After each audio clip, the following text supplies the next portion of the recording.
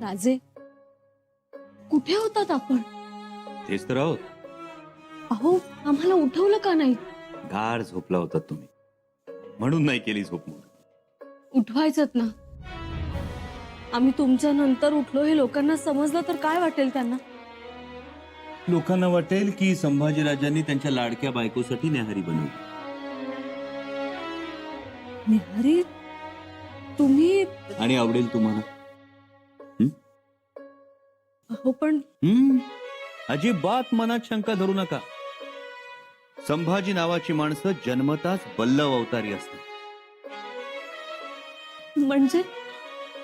म्हणजे स्वयंपाक करण्याच्या कलेत तरबेज असतात. आमचे काका महाराज संभाजीराजे उत्कृष्ट आणि चविष्ट स्वयंपाक बनवायचे. भाऊसाहेबांकडून शिकले होते ते. खरंच? येसू कन्नड प्रांतात सांभार नावाची जी पातळ आमटी बनवली जाते ना, ती आमच्या काका महाराजांची संभाजीराजांची देण आहे. त्यांच्यावरूनच सांभार हे नाव पडले. बरं, ते सगळं नंतर सांगू तुम्हाला. पण आता लवकर तयार व्हा, आपल्याला केळशीला जायचं. बाबा याकूत सरवरी अवलियांच्या दर्ग्याच्या दर्शनासाठी.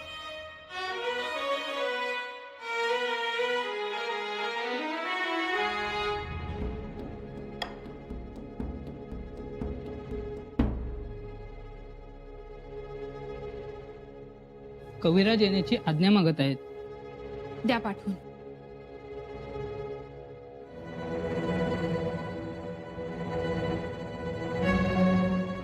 अक्कासाहेब.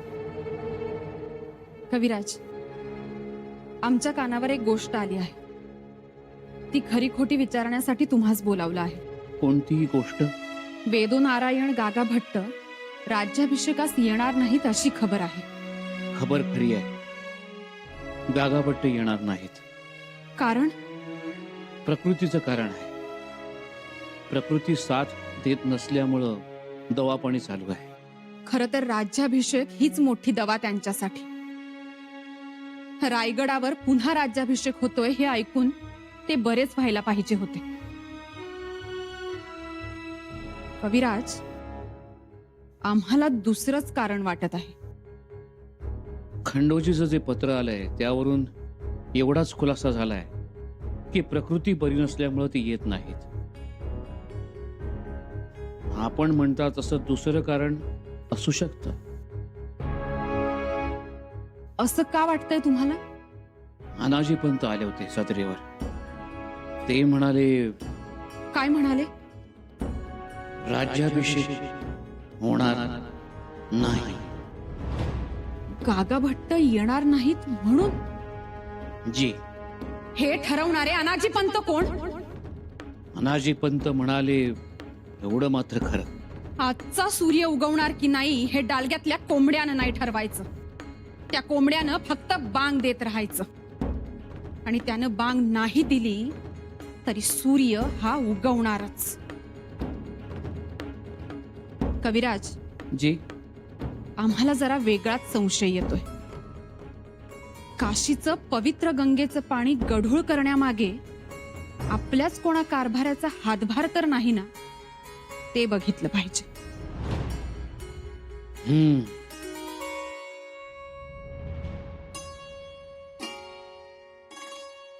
राणीसाहेब, बाबा याकूत खरंच महान आहेत, अवलिया आहेत. खूप प्रसन्न वाटलं. वाटणारच. बाबांचं संपूर्ण जीवन हे लोककल्याणासाठी होतं. परमपवित्र अल्लाचं नाव घेत त्यांनी हिंदू मुस्लिम बांधवांची जी सेवा केली त्याला तोड नाही.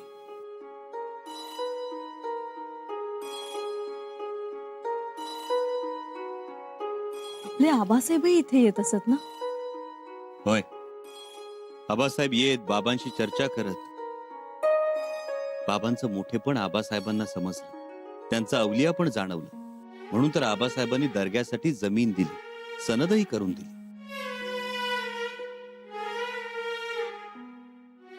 आम्हाला मोठं आश्चर्य वाटतं राजे. एका बाजूस औरंगजेब जिझिया कर लावून हिंदूंचा छळ करतोय, त्यांना मारतो, कैदेत डांबतो, गोरगरिबांकडून जे असेल ते ओरबाडून घेतो. पण तुम्ही मात्र इथे येऊन या अवलियाचं दर्शन घेऊन दानधर्म करता आहात. आपल्या आबासाहेबांनी कित्येक बिघे जमीन दान दिली. राणीसाहेब, औरंगजेब मुळातच धर्मांध आहे. माणूस धर्मासाठी नसतो तर धर्म माणसासाठी असतो हे त्याला समजत नाही. पवित्र धर्मग्रंथातल्या पाक वचनांचा अर्थ नीट न उमगल्यामुळे त्याची ही गल्लत होत असावी. आता औरंगजेब म्हणतो, त्याच्या सैनिकांना सांगतो, काफरांना ठार करा म्हणजे तुम्हाला स्वर्गात गेल्यावर अल्लाह भेटेल. आणि साहेब, एकीकडे म्हणायचं की हे जगच अल्लाहनं निर्माण केलंय आणि अल्लाह मात्र जगात नाही तर स्वर्गात आहे. असं कसं चालेल? औरंगजेबाला वाटतं अल्लाह हा फक्त मुसलमानांचा आहे, पण तसं नाही. अल्लाच काय, पण कोणतीही ईश्वरी शक्ती ही संपूर्ण मानव जातीची आहे. आणि हे याकूत बाबांना समजलं, म्हणून ते श्रेष्ठ आहे, अवलिया आहे. आणि त्यामुळेच आम्हाला इथं नतमस्तक व्हावंसं वाटतं. खरंच हो, बाबांचे विचार अगदी थोर आहेत. आता हेच बघा ना, बाबा म्हणतात की या सुंदर पृथ्वी तलावर अराजकता निर्माण करू नका, अराजकतेचं कारण ठरू नका. कारण अल्लाचा हरेक बंदा हा शांततेचा प्रवर्तक आहे. इस्लामची उत्पत्ती सुद्धा शांततेसाठी झालेली आहे. पण नेमकं याच्या उलट सांगितलं जातं. आणि मग औरंगजेबासारखे क्रूर लोक आपल्या सख्ख्या भावांना निर्दयीपणे मारतात, जन्मदात्या पित्याला हाल करून ठार करतात. हे सगळं थांबलं पाहिजे. आणि हे सगळं थांबवण्यासाठीच बाबांचे अहोरात्र प्रयत्न सुरू होते. म्हणूनच त्या अवलियाला आमचा प्रणाम.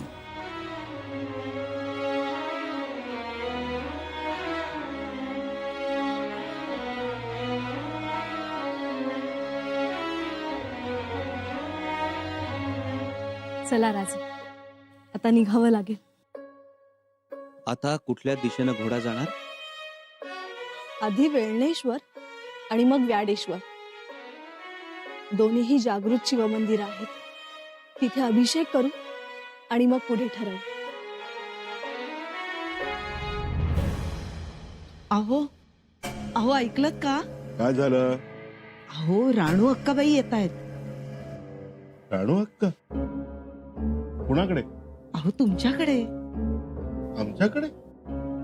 आम्ही नाही म्हणून सांगा. नाही जमायचं खोटं बोलायला. शिवकन्या आहेत त्या. मला कल्पना आहे, आणि बोललात तरी काय लगेच तुमचं सत्व हरण होणार नाही. राणू अक्कांना सांगा ते स्वतः भेटायला येतील म्हणून. राणू अक्का साहेब येत आहेत. आल्या?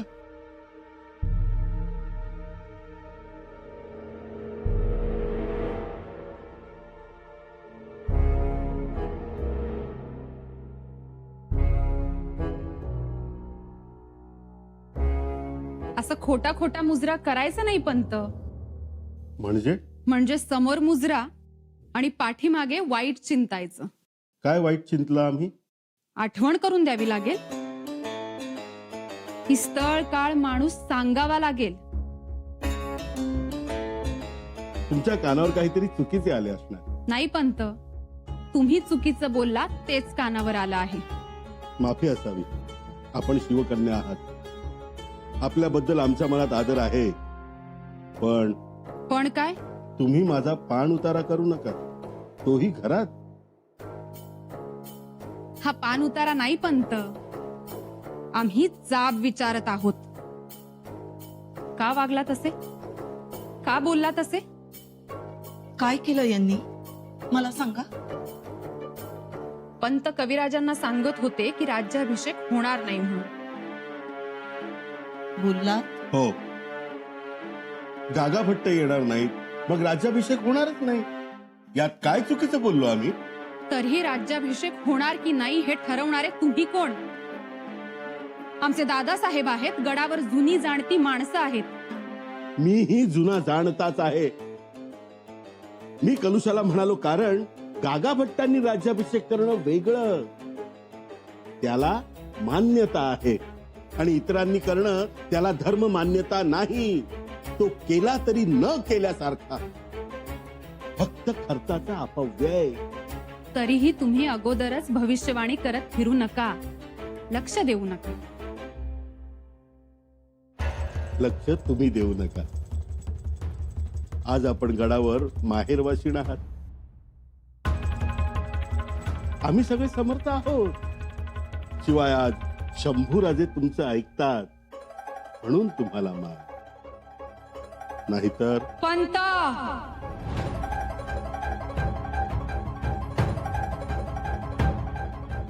दादासाहेब आमचं ऐकतात ही चांगली गोष्ट. आणि दुसरी महत्वाची गोष्ट म्हणजे गडावर काय घडतं याकडे आमचं लक्ष नसतं, आम्ही लक्ष देणारही नाही. मात्र दादासाहेबांच्या आजूबाजूला काय घडतं यावर आमचं बारकाईने लक्ष आहे. आणि आता तुम्ही लक्षात घ्या, नियोजित राज्याभिषेक हा होणारच. राज्याभिषेक हा जेवढा पंडितांच्या मंत्रतंत्रांनी सिद्धीस जातो, तेवढाच तो गोरगरिबांच्या आणि जीवलगांच्या सद्भावनेने संपन्न होतो. मोठ्यातलं मोठं काम ही लहानातली लहान साधी माणसंच पार पाडतात. आणि हीच साधी माणसं हा कार्यभाग पूर्ण करतील. आणि एक महत्वाची गोष्ट तुम्ही विसरत आहात पंत. 1000 वर्षांनी कालचक्राला गती देणारी एक महान घटना आमच्या आबासाहेबांनी सुरू केली. ती अखंड सुरू राहील. आणि त्या महान घटनेचे दुसरे छत्रपती हे आमचे दादासाहेबच असतील, यात तीळ मात्रही शंका नाही. त्यामुळे आता शब्दांना लगाम घालावा, जिभेची बेबंदशाही थांबवावी.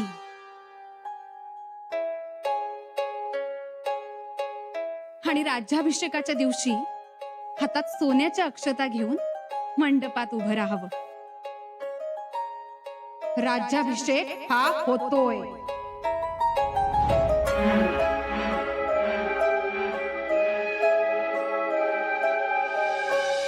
राजे, आम्ही पहिल्यांदा एवढा मोठा प्रवास केलाय तुमच्या सोबतीत. मोठाच प्रवास झाला. पण राणीसाहेब, आपण कुठं आलोय ते समजलं का तुम्हाला? कुठं? जवळ आमच्या सासूरवाडीच्या वेशीवर आलोय आपण. काय सांगताय राजे? तो समोर डोंगर दिसतोय, तो प्रचितगड. राजे, होय हो, तो प्रचितगड.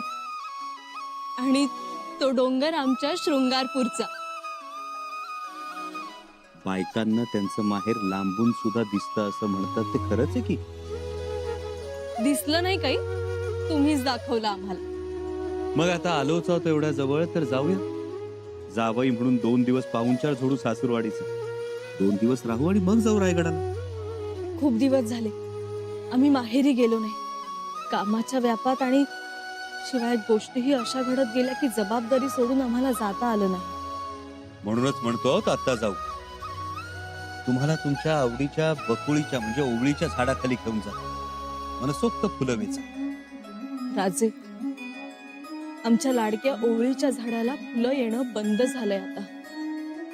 म्हणजे झाड वटलंय.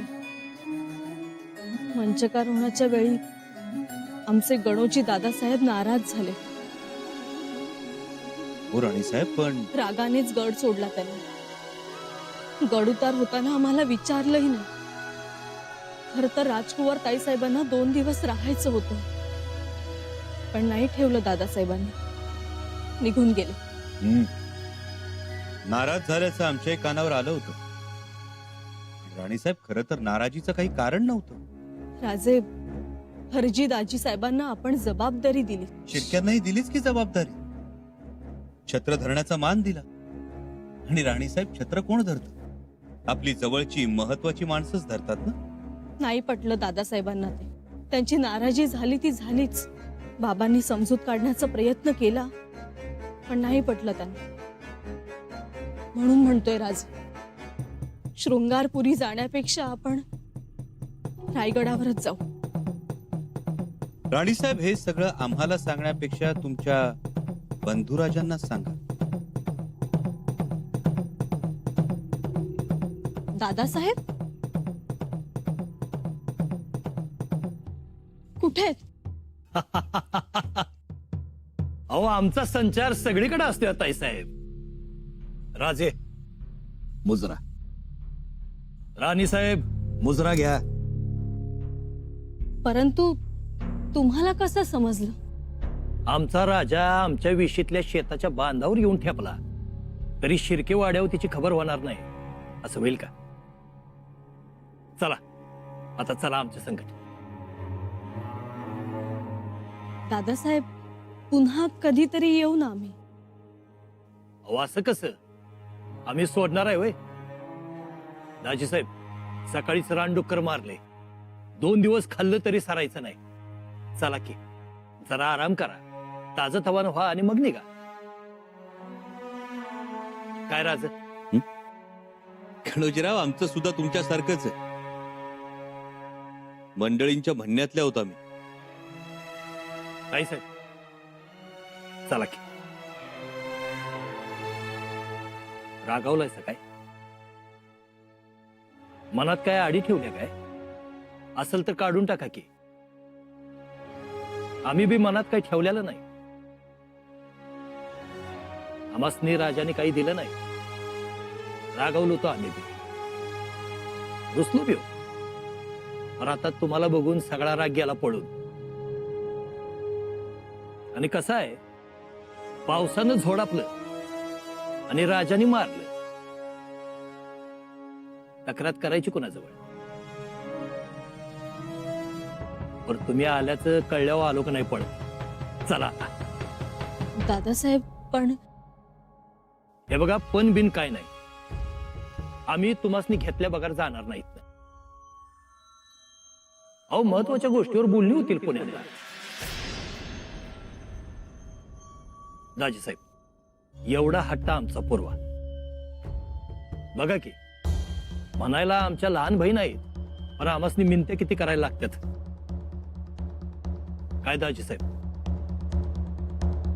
आम्ही म्हणतोय ते खरं आहे का खोटं? नाहीतर एक काम करा की, तुम्हीच वय म्हणा. म्हणजे आमच्या ताई साहेब तुमच्या पावलावर पाऊल ठेवून शेतीवानी मागोमाग येतात. बरं या, लोक या, आम्ही घोडी तयार करतो.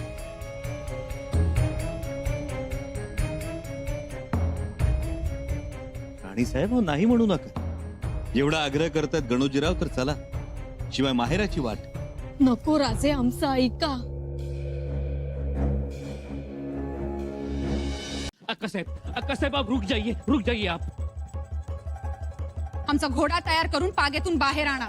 अक्का साहेब, मैं आपसे विनती कर रहा हूँ, आप रुक जाइए. कविराज मागे व्हा. आज काही झालं तरी आम्ही दादासाहेबांना भेटणारच. सुनिए, ते एका जागेवर नसतात. काल ते श्रीवर्धनला होते. श्रीवर्धन काही लांब नाही. पण आज ते तिथे नाही आहेत. मग तातडीने खबर पाठवा. फुलस्वारांना सांगा आम्हाला दादासाहेबांचं ठिकाण कळवण्यास. ऐका माझं, आपण जाऊ नका. नाही कविराज, आमच्या दादासाहेबांच्या खिलाफ एवढं राजकारण सुरू असताना आम्ही गडावर थांबूच शकत नाही. अक्का साहेब, मुझे एक दिन की मोहलत दीजिए. राजांना आम्ही लगेच निरोप पाठवतो आणि त्यांना बोलावून घेतो उद्याच.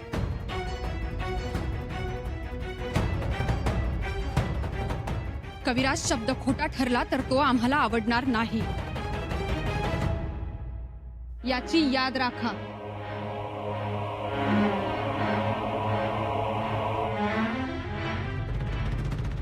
कसं सांगावं राजेंना?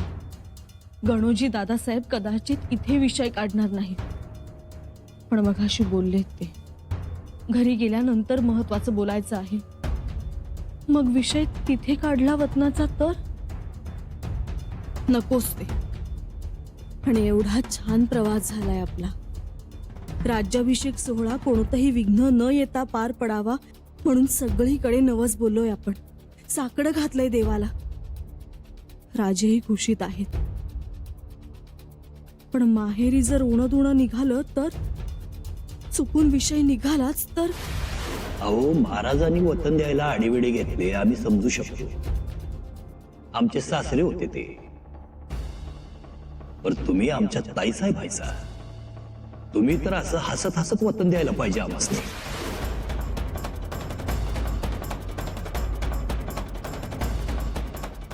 चला, घोडी जीन कसून तयार आहे ती. या राज, चला.